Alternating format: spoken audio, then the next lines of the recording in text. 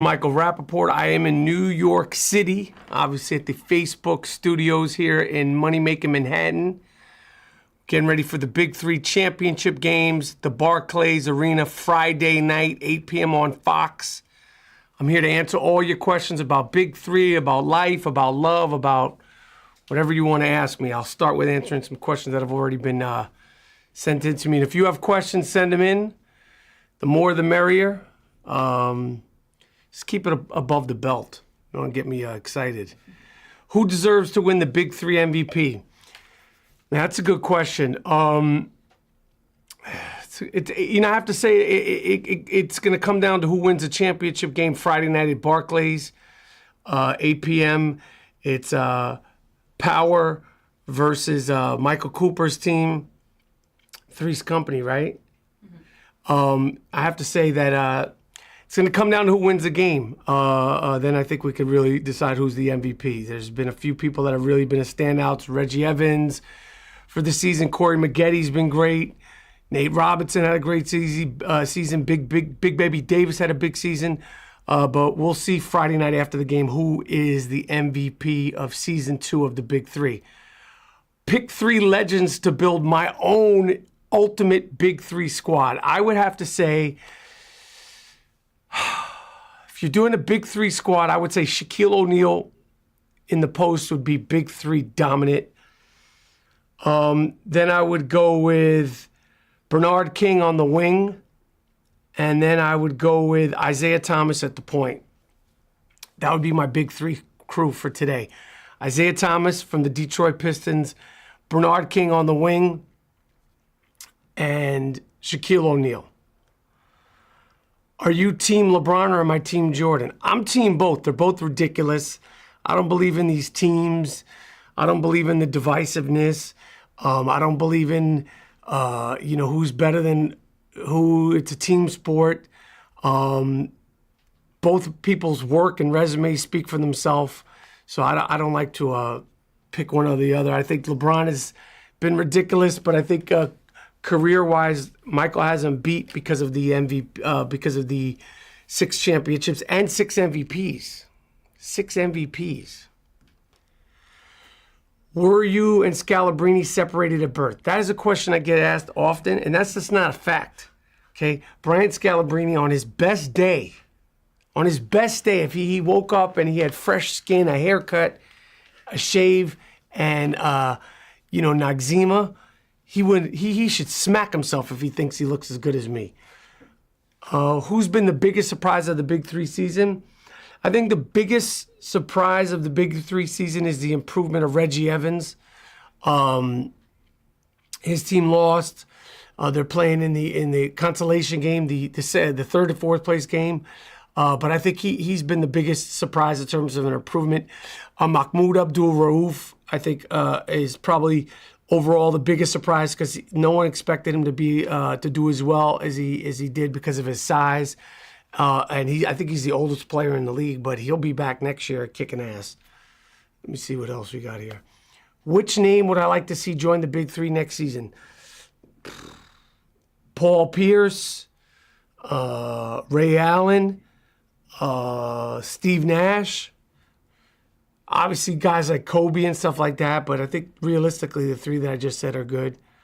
Will the Knicks ever be relevant again? Yes, the Knicks will. Well, the Knicks are relevant now for New Yorkers. They'll be relevant in the NBA. They'll be part of the playoffs soon. I think David Fizdale is going to turn the culture around and the spirit around of the players and the fans. So I think the Knicks will be relevant soon. I know you've heard that before. Now that you're an airline hero, where will your next heroic endeavor take place? You never know. You never know when I'd have to go into hero mode, but I am ready for action. My work speaks for itself and is very well documented. Who's the most physical player in the Big Three? That's a good question. The most physical player in the Big Three, man, there's a few of them. Reggie Evans is physical. Big Baby's physical. Al Harrington is physical. Birdman is physical. All those bangers down low, they're pretty rough. They're pretty rough. Jason Maxiel, just by the nature of his size, is pretty physical. So those are the ones I have to say off the top of my head. Thumbs up. Oh. We have another one here. Oh. So Kaylee Bilinovich asks, what is your favorite moment from this year's Big Three season? My favorite moment from this year's Big Three season, well, there's been a few. I have to say, for me personally, getting to interview Charles Oakley and Rick Mahorn at the same time. I've been able to watch the games under the basket, like right next to the basket, like with my shoulder on the padding, and just watching the physicality and the quickness and the speed of the guys. That was pretty cool for me. It's even closer than like a courtside seat at an NBA game, my Big Three seat. So I'd say those things, and just being around the players, spending time with the players on the court, and then also off the court, before games, after games, and on days off is just a lot of fun for me. Kristen Scott asks, which coach would you most want to play for? That's a good question. Which coach would I most want to play for? Probably Gary Payton. I'd want to play for Gary Payton because he just talks so much shit that I think we would just get along like two peas in a pod. And he makes me laugh, especially the more angry Gary Payton gets, the funnier he is. Sean Wilson's asking, will you get more teams? I believe there will be more teams going into season 3. I can't confirm or deny that. I know that that's what the goal is to continue to make the league grow. And I think it would be great for the league. The league is getting bigger and better. And I'm just proud to have been a part of these first 2 seasons so far. Another one from Greg Johnson's asking, how does it feel to have, in all caps, unprecedented access? That is a very good question. Who's this person's name? Greg Johnson. Greg Johnson. That's a great question. How does it feel for me to have unprecedented access? You're a fan of the Big Three. It feels fantastic to have unprecedented access, okay? And to be here in New York for the finals in Brooklyn, and I went to high school in Brooklyn. I spent a lot of time growing up in Brooklyn, and to have unprecedented access at the Barclays Center Friday night for the finals, it feels fantastic. I like you, and I like your question, my friend. I don't know if I like you more or your question more. Said I am with a bunch of happy faces. Oh. Responded. So another one. Is this all live? Is this all streaming? These are coming through. I'm sipping waters, doing it all here. People are asking. Timothy Kent's asking, do you think Allen Iverson will come back? And then Ryan Mellifin asking if Marbury will join. I don't know if Iverson will come back. I know he was missed this year. Stephon Marbury should join the Big Three. He would be great. I think he'd have a lot of fun. I assume he's still in shape. He seems like that person that stays in shape. So Stephon Marbury, come on, Big Three, man. We need a Brooklyn point guard in the Big Three. Another one, Joe Kahoot. Who do you think could start for an NBA squad today? Joe Kahoot, good question. Who do I think could start for an NBA squad today? Nate Robinson could definitely start for a team.